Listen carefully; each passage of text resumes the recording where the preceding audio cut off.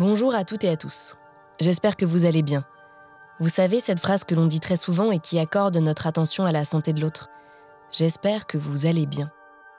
Cette phrase a pris tout son sens avec l'épidémie de Covid-19. Elle nous rappelle que la bonne santé est au cœur de la vie et que, comme la politique, c'est une affaire collective. Dans cette série de podcasts Autrement dit, c'est ce qui va nous intéresser. 5 épisodes pour prendre le temps de mieux comprendre la santé publique. Son histoire, ses limites et ses espoirs. On ira sur le terrain, dans des centres de santé, des hôpitaux et des laboratoires, à la rencontre de scientifiques du monde entier pour répondre à ces grandes questions qui nous concernent toutes et tous.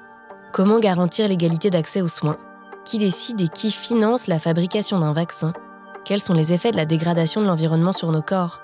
Mais pour ce premier épisode de la série, cap sur une actualité brûlante. Que faire face à une épidémie ?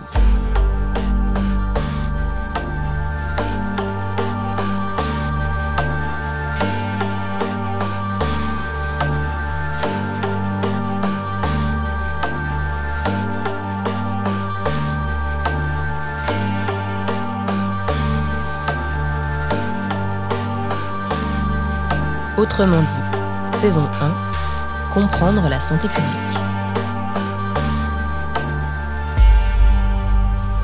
Ici, nous sommes dans le Vectopôle, qui est une infrastructure qu'on a sur le centre IRD de Montpellier. Docteur Christophe Poppy, directeur de recherche à l'Institut de recherche et pour le développement. Donc c'est une infrastructure qui comprend différents niveaux de sécurité, des laboratoires de niveau 1, des laboratoires de niveau 2 et de niveau 3, donc avec des insectariums qui permettent de mettre en œuvre des tests pour évaluer la sensibilité des moustiques à des insecticides et l'efficacité de certaines substances, de mettre en œuvre des études de comportement, des études comportementales, mais aussi le niveau 3 qui permet de mettre en œuvre des études de compétences vectorielles qui sont destinées à mesurer l'efficacité d'une espèce donnée de moustique à transmettre tel ou tel agent pathogène. On va en laboratoire, par le biais d'infections expérimentales, quantifier la capacité, par exemple, à transmettre le virus de la dengue ou le virus chikungunya. Premier épisode, enquête sur les virus. Il faut savoir qu'il y a plus de 3500 espèces de moustiques et donc on les range par genre. Par exemple, les anopheles sont les vecteurs du paludisme, les culex, c'est un autre genre, sont des vecteurs par exemple du virus West Nile ou de l'encéphalite japonaise. Et les Aedes sont connus pour être des vecteurs d'arbovirose Aedes comme le fièvre jaune, la dengue et le chikungunya.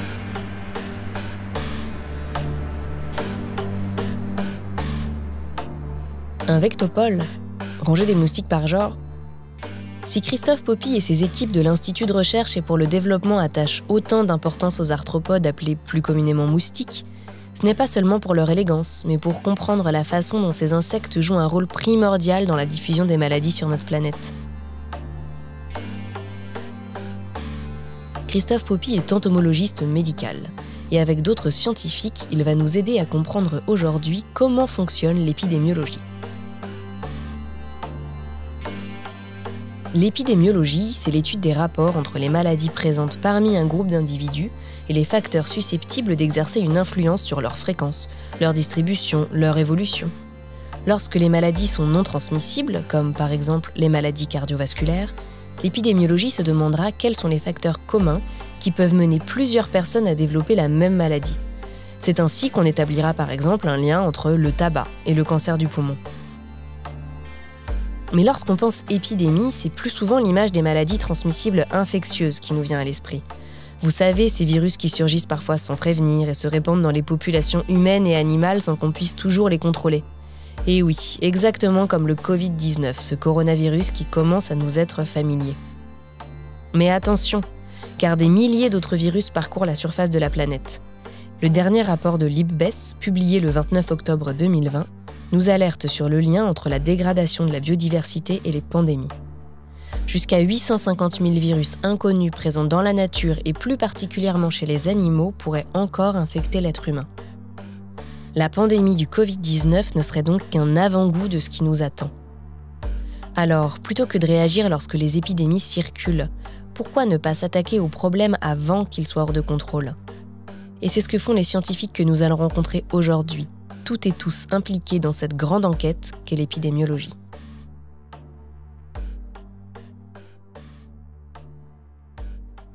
L'épidémiologie, c'est à la fois l'observation, avant tout de la santé en santé humaine, après la définition des mesures d'action pour comprendre l'origine et des mesures d'action pour bloquer, et évidemment les mesures d'action pour prévenir et éviter une nouvelle épidémie. Docteur Laurence Baril, directrice de l'Institut Pasteur du Cambodge, médecin spécialiste des maladies infectieuses. Pour nous, en général, les alertes, elles sont données par les centres de santé qui nous disent, voilà, on a un profil de patient avec des pathologies qui nous inquiètent, sur lequel on peut pas mettre un diagnostic très clair. Il nous faut de l'appui d'une biologie qui permet de pouvoir faire du diagnostic assez poussé. Et donc, en général, les échantillons nous arrivent et en même temps des informations sur les profils des patients. Donc, on a tout un panel de virus qu'on regarde. Bon, la dengue étant très fréquente, donc si c'est un profil qui ressemble à de la dengue, on va commencer par ça. Mais par exemple, là récemment, on a eu une nouvelle épidémie de chikungunya. C'était pas arrivé depuis quelques années, avec surtout nos collègues pédiatres qui nous ont alertés en nous disant qu'ils avaient des cas qui pourraient plus ressembler un peu à la rougeole. Et du coup, on a tout de suite pensé que oui, des fortes fièvres, ce type de lésions cutanées pouvait être du chikungunya. On leur a demandé des échantillons et évidemment, on a confirmé que c'était du chikungunya et après l'alerte a été donnée. La réponse, elle commence avant tout par l'information des personnels de santé et puis ensuite beaucoup de communication auprès des populations avec des systèmes par radio, télévision, information, Facebook, pour que les gens sachent que évidemment l'épidémie de chikungunya a été confirmée et que sur certains tableaux cliniques, ils n'hésitent pas à aller dans les centres de santé, mais aussi ils commencent la lutte antivectorielle puisque c'est un moustique qui pique le jour et un moustique pour lequel il y a quand même des mesures à prendre pour se protéger et pour éviter que l'épidémie se répande d'une manière trop intense. Vecteur. Le mot revient sans cesse dans la bouche des scientifiques rencontrés pour cet épisode. Car pour qu'un agent pathogène, une maladie, passe d'un corps à un autre, il lui faut un moyen de transport. Postillons, sang, ce sont parfois des éléments du corps humain. Dans d'autres cas, c'est notre environnement, comme les eaux souillées par les excréments pour le choléra. Et parfois, c'est un autre être vivant qui s'en charge. Des insectes, des rongeurs, des mollusques même. C'est alors qu'on parle de maladies à transmission vectorielle, comme le paludisme, la fièvre jaune ou la dengue avec le moustique.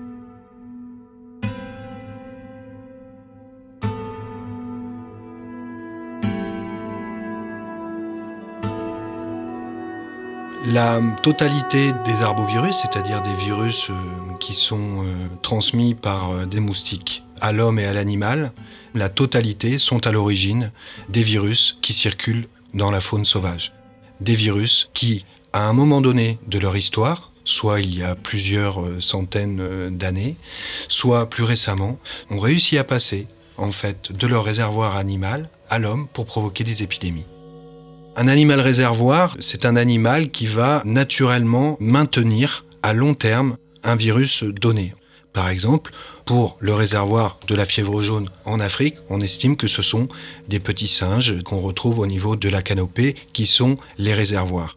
Donc c'est pas un individu en particulier, mais c'est la population faite de plusieurs espèces de singes qui vont maintenir le virus durant des décennies. Les moustiques participent aussi en tant que réservoir parce qu'ils sont capables de maintenir, notamment par un phénomène de transmission verticale, du virus pendant de longs mois quand les conditions à la transmission ne sont pas favorables, notamment quand il n'y a plus de singes susceptibles à l'infection. Un virus peut donc rester de longues années hébergé dans une population animale, sans jamais entrer en relation avec l'homme. Il vit et évolue à son rythme. En termes généraux, un virus, c'est quelque chose qui n'arrive pas à survivre eux-mêmes. Visnad Wong, virologiste à l'Institut Pasteur du Cambodge. On dit que les virus, ce sont des parasites des cellules. Ils ont besoin d'aller dans les cellules, soit chez l'homme, soit chez les animaux ou les plantes, pour pouvoir survivre et aussi pour pouvoir se multiplier. Pour comprendre comment les virus fonctionnent, les virologistes les cultivent. Et oui, comme des plantes. Ils font croître ces organismes vivants et peuvent ensuite mieux les étudier. Cultiver un virus, c'est une pratique importante en virologie. Donc, si on arrive à cultiver le virus, on pourrait avoir la souche virale pour pouvoir comprendre les caractéristiques du virus. On peut les séquencer pour avoir le génome, pour étudier le génome du virus, pour essayer de voir l'origine du virus. Est-ce que c'est un virus qui est d'origine animale? Est-ce que c'est un virus qui est d'origine vectorielle? Et aussi, dans un autre aspect, si on arrive à cultiver le virus, on peut se servir de ce virus pour développer des tests de diagnostic, par exemple des tests sérologiques, pour détecter des anticorps que nous développons contre ce virus. Et avec ces outils de détection des anticorps, nous permettra de comprendre l'ampleur de l'infection de ce virus dans la population. C'est-à-dire qu'on arrive à aller dans une communauté, par exemple, de prélever des gens dans cette communauté et tester combien de pourcentage de personnes ont été infectées. Des milliers de virus circulent aujourd'hui sur la planète, mais la recherche est encore très loin de les avoir tous découverts. On arrive maintenant à connaître mieux, avec de la recherche, des virus chez l'homme, aussi à documenter des virus qui donnent des maladies chez des animaux, et aussi des virus qui donnent des maladies chez des plantes. Mais derrière tout ça, il y a aussi d'autres virus qu'on ne connaît pas encore, qu'on n'arrive pas encore à les découvrir. Parce qu'on sait bien que les virus continuent à évoluer en termes génomiques. Et à un moment, un virus arrive à sauter la barrière d'espèce. Sauter la barrière d'espèce, ça veut dire quoi? Lorsque les virus circulent dans des populations animales, leur réservoir, ils sont en quelque sorte calibrés pour être les parasites de ces animaux-là à ce moment-là. Mais comme tous les organismes vivants, les plantes, les humains, les animaux, les virus sont en constante évolution. Ils se transforment, s'adaptent à leur environnement pour y survivre. C'est ce qui leur donne la faculté de passer d'une espèce à une autre lorsque deux individus entrent en contact, comme lorsqu'un moustique pique un humain. Ce passage peut se faire quand un homme va en forêt et se retrouve exposé à la piqûre de moustiques forestiers qui sont eux-mêmes infectés par des virus qui circulent chez les animaux. Ce passage peut se faire également lorsque l'homme, tout simplement, construit des villages à l'intérieur des forêts ou à proximité des forêts. Et donc, il va être confronté à des espèces sauvages de moustiques, des espèces selvatiques. Et si ces moustiques sont infectés, ils vont pouvoir ainsi transmettre un virus qui circule naturellement chez les animaux, ils vont pouvoir le transmettre à l'homme. C'est alors l'homme qui devient l'animal réservoir. Cet homme, une fois infecté, va pouvoir importer ce virus dans un village ou dans un milieu urbain où on pourra voir si lui-même est exposé à des moustiques qui sont compétents, ça pourra enclencher un phénomène épidémique. Environ 60% des maladies infectieuses humaines sont des zoonoses, de zoos, animaux, c'est-à-dire des virus qui circulent entre l'homme et l'animal. Ce sont eux qui doivent nous inquiéter, car lorsqu'ils nous infectent pour la première fois, nous n'en connaissons rien. Une zoonose, c'est un virus particulier qui est normalement présent chez des animaux, mais à un certain moment, ce virus arrive à infecter l'homme et cause une maladie chez l'homme et avec des potentiels causer des épidémies ou une pandémie comme on voit à présent dans le cas de coronavirus qui cause la maladie Covid-19. Et ça n'arrive pas qu'en forêt. Les lieux où se croisent les espèces sont souvent bien moins exotiques et grandioses qu'on ne l'imagine. Avec le docteur Christophe Poppy, je pars à la rencontre d'Aedes albopictus, le moustique tigre, sur le parking de l'Institut de recherche et pour le développement à Montpellier, dans le sud de la France. Là, entre les voitures et la route, il m'explique l'importance d'une surveillance des arboviroses, les virus transmis par les moustiques. C'est un truc, genre en termes de... Le truc où hélas la population peut pas faire grand chose, c'est un coffret ici électrique, de raccordement électrique. Je sais pas si c'est électrique ou le téléphone, ça a l'air du téléphone. Et donc en fait, ça va retenir de l'eau et c'est pas totalement hermétique. Et donc les femelles d'Albopictus vont pouvoir pénétrer à l'intérieur, pondre des œufs et les larves vont s'y développer. Et c'est un gîte larvaire et on le voit pas, on n'y pense pas, il est impossible à détruire, à vider même. Et donc là-dedans, on va très probablement trouver des larves. Ah, j'ai vu des trucs bouger quand même. Normalement ça là, un petit truc comme ça produit chaque semaine 1000 femelles à peu près. Ah bah là il y a un moustique qui vient de sortir qui est sur ton coude. Ah oui, ah, c'est ça. Il est noir et il est de blanc. Et tu vois, c'est lui. Et il y en a plein là. Ouais. Et donc qu'est-ce que c'est que la veille, justement la veille vectorielle? La veille. Alors je vais t'expliquer les choses de manière plus globale.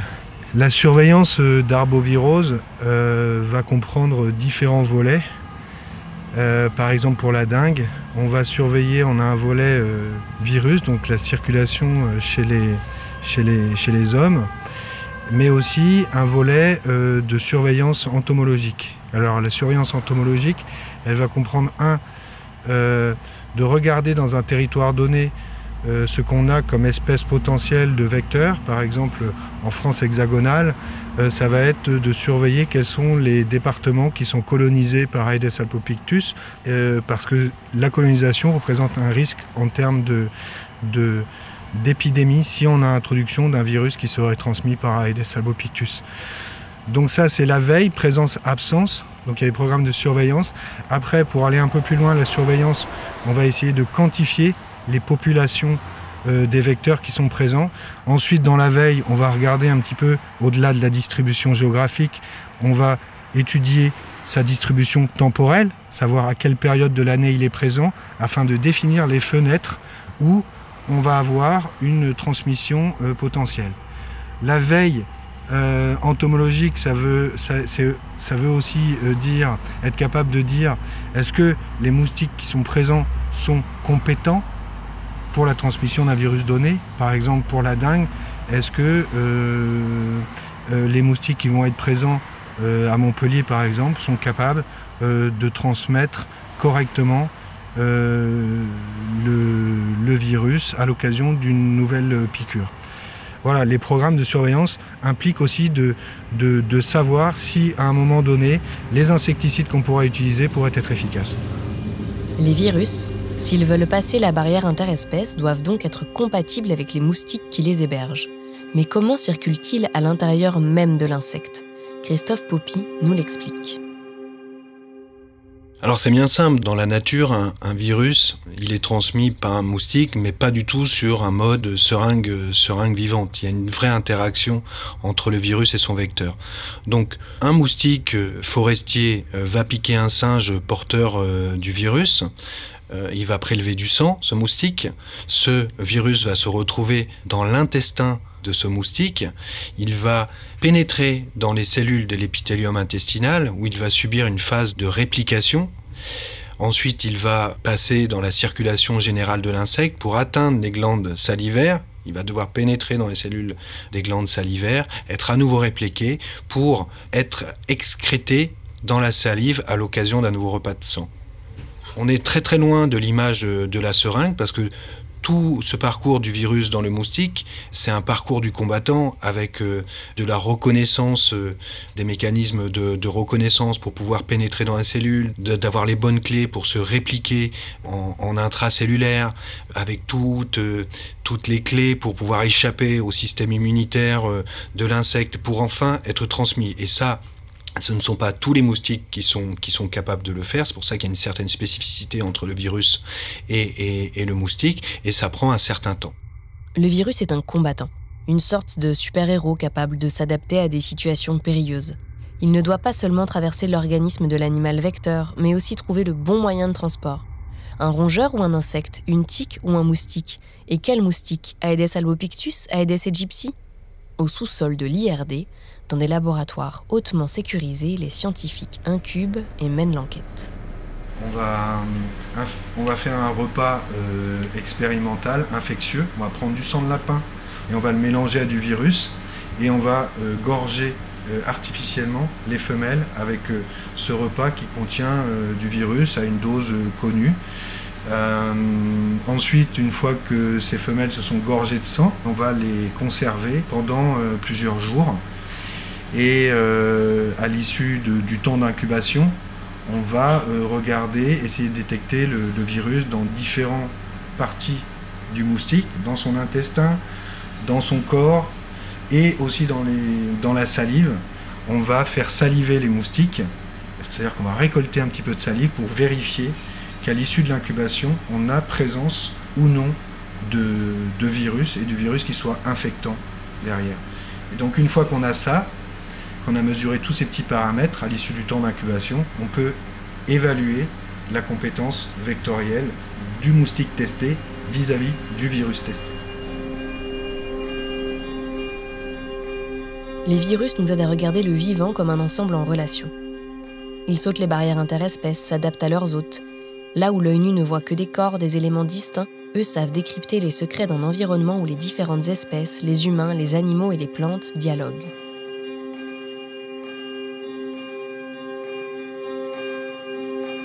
On ne peut pas étudier un virus dans une seule direction, c'est-à-dire que de regarder que chez l'homme, alors que les virus peuvent avoir d'origines différentes. Donc, il faut aller regarder, qu'on appelle maintenant One Health, d'aller regarder en plusieurs directions chez l'homme, chez les animaux et aussi dans l'environnement, qui favorise le passage d'un virus d'une autre à un autre. Cette approche One Health, pour une seule santé, souligne les interconnexions complexes entre la santé des personnes, des animaux, des plantes. Elle tient compte à long terme des actions de développement et de l'impact de l'activité humaine sur l'environnement. Mais comment les virus font-ils pour se propager à de nouveaux territoires, contaminer de nouveaux animaux et provoquer des épidémies chez l'homme ? Tout part d'un phénomène local, tout part du passage d'un virus d'un animal à l'homme.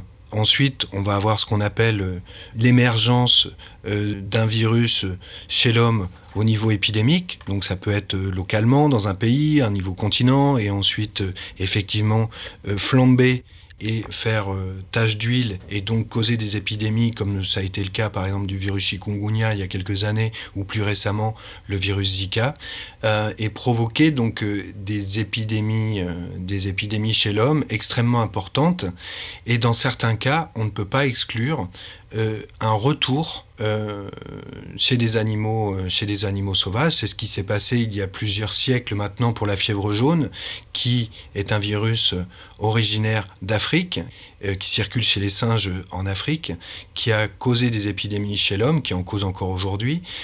Ce virus a été transporté sur le continent américain, a causé de grandes épidémies et ce virus a trouvé le moyen de s'adapter à des réservoirs locaux, donc des singes sud-américains, mais aussi à des vecteurs locaux, de sorte qu'on a eu l'installation d'un nouveau cycle selvatique avec de nouveaux acteurs dans un nouvel endroit. Les virus sont des organismes vivants qui évoluent sans cesse. Cela leur permet de s'adapter à de nouvelles populations animales et de proliférer. Une épidémie peut se calmer à un endroit du globe et repartir ailleurs. C'est pour cela que les scientifiques sont attentifs à toutes sortes d'alertes. Et donc là, qu'est-ce que tu es en train de faire ? Alors là, je suis sur un gîte potentiel qui est un coffret France Télécom qui contient, comme tu peux le voir, de l'eau et dans des conditions qui me paraissent propices à Aedes albopictus. Donc je suis simplement en train de prélever de l'eau pour constater ou pas la présence de larves. Aedes albopictus a cette capacité de se développer dans une très très grande variété de gîtes larvaires qui se remplissent le plus souvent avec les pluies. Tu vois là, je t'en ai mis une deuxième de nymphe. Ça c'est ça les nymphes. Là on a des nymphes qui sont les stades desquels vont émerger les moustiques adultes. Voilà comment travaille un entomologiste, hein, grosso modo, même quand on a des cas, en fait, qu'est-ce qui se passe autour d'un cas ici? On va avoir une enquête, l'ARS va faire appel à un opérateur pour aller traiter. On fait de la lutte périfocale à base d'insecticides, des adulticides, qui sont pulvérisés pour cibler les adultes qui pourraient contenir du virus. Et on va dans le même temps avoir une action de destruction de gîtes larvaires. Donc quand c'est possible, on les renverse. Quand c'est pas possible, on traite. Et l'idéal en fait, c'est de pouvoir... c'est qu'on ait une prise de conscience en fait, au moins dans les domiciles et dans les péridomiciles, qu'on ait une prise de conscience des populations que c'est des gestes qui peuvent être faits chaque jour par les habitants eux-mêmes pour diminuer la nuisance.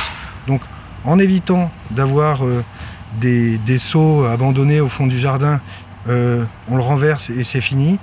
En évitant d'avoir des soucoupes pleines de moustiques, on va diminuer la nuisance, qui est très importante avec Aedes albopictus dans le sud de la France, mais on va aussi limiter grandement le risque sanitaire et le risque de transmission d'arbovirus.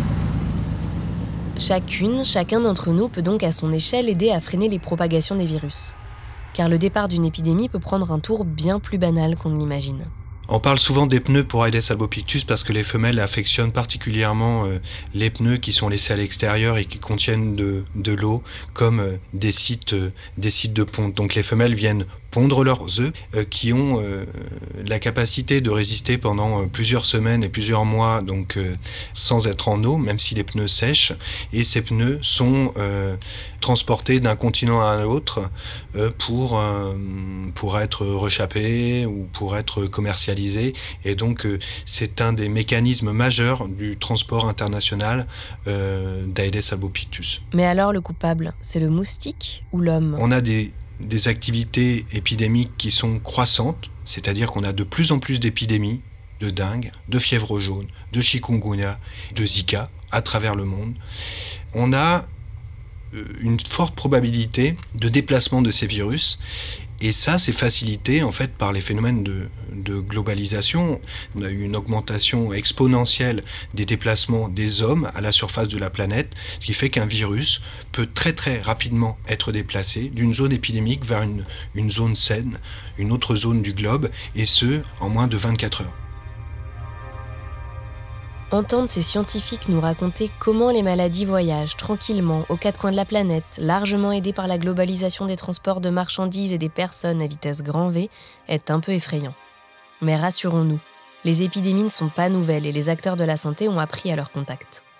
Cette mémoire des épidémies permet de savoir ce qui marche ou pas, quel protocole enclencher. Les gouvernements devraient pouvoir solliciter ces savoir-faire. Et c'est l'un des rôles de l'OMS, proposer des méthodologies de réaction aux épidémies.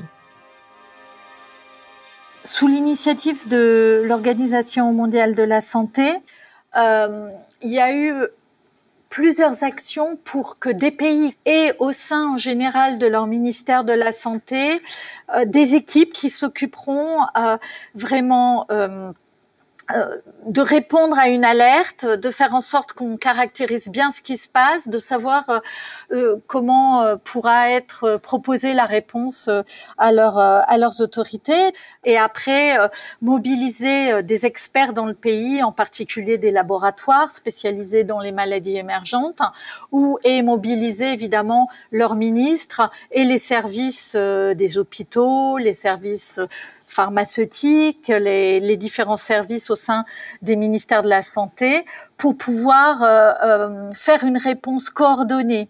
Et toute cette action-là, en fait, elle est déjà préparée, déjà pensée dans des plans qu'on appelle des plans de préparation des alertes qui ont différents niveaux, d'une alerte qui peut être juste locale à une alerte qui devient nationale, voire internationale, comme une pandémie. Donc, quelquefois, il y a des pathologies très graves. Par exemple, je pense au cas de la peste. Dès qu'il y a des cas de peste, c'est un niveau d'alerte très élevé. Il y a des pathologies qui sont, par exemple, la grippe, qui est saisonnière. Et l'alerte étant donnée, c'est pas pour cela, même s'il y a des milliers de gens qui sont atteints chaque année en France, qu'on va donner une alerte internationale. Donc après, il y a tout un processus de discussion cadré à partir de données ou à partir aussi de l'acceptation de ce qu'on connaît pas, hein, parce que ça c'est très important pour les émergences, d'accepter qu'il y a des choses qu'on connaît pas pour l'aide à la décision et que les ministères et les gouvernements puissent prendre les meilleures décisions possibles avec les informations qu'ils ont. Ce qui est certain, c'est que comme les virus sont dépendants des autres êtres vivants, les épidémiologistes ne peuvent travailler seuls. Les déterminants et les acteurs qui accompagnent la contamination sont trop nombreux pour se limiter à une seule approche clinique. C'est une discipline qui, effectivement, a des méthodologies propres et un corpus qui lui permet d'avancer, d'adresser des questions qui aideront la santé publique, mais qui ne peut pas être complètement dans son rôle d'appui à la santé publique sans l'aide des laboratoires, sans l'aide des populations, parce qu'il faut que les gens, évidemment, contribuent à cet effort collectif d'avoir de l'information, qui se rendent dans les centres de santé. Ça, c'est très important, surtout au début, parce qu'après, on va déployer d'autres méthodologies, aller plus près, plus proactivement auprès des communautés. Mais au tout début, c'est vrai qu'il faut absolument que tout le monde se mobilise. Et c'est pour ça que c'est très important que les gouvernements et les ministères de la Santé soient équipés aussi d'excellents services de communication qui sachent délivrer une communication adaptée. Le fossé, il reste lié à la réalité économique des pays les moins avancés. La réalité économique de chacun des pays. Voilà la principale limite de l'épidémiologie. Les virologistes, les médecins, les entomologistes médicaux auront beau travailler aussi fort que possible, cela nécessite des moyens, et tous ne sont pas répartis de façon égalitaire à la surface du globe. Si les laboratoires, les personnels de santé sur le terrain, les chercheurs et chercheuses ne disposent pas de ressources suffisantes pour prévenir les maladies, les inégalités deviennent un enjeu majeur de santé publique. Mais allons encore plus loin. Même si on imagine un monde où tous les systèmes de santé se valent, encore faudrait-il que tout le monde puisse y avoir accès. Qu'en Afrique du Sud, une femme adulte blanche de classe supérieure soit soignée de la même façon qu'un enfant noir vivant dans le township de Soweto. Que tous les enfants d'Amérique latine soient vaccinés de la même façon contre la rubéole. Ou encore qu'une personne migrante non francophone à Paris puisse se faire recevoir à l'hôpital avec autant d'attention qu'une personne avec la nationalité française. Dans notre prochain épisode, nous irons à la rencontre de praticiens et praticiennes de santé qui mettent cet enjeu au cœur de leur métier. Comment faire de la santé publique un bien commun, un droit fondamental, accessible à toutes et à tous.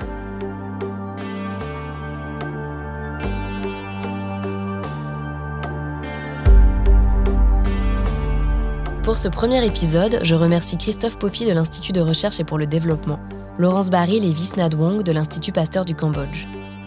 Autrement dit est une série de podcasts créée par Making Waves et produit par l'Institut français.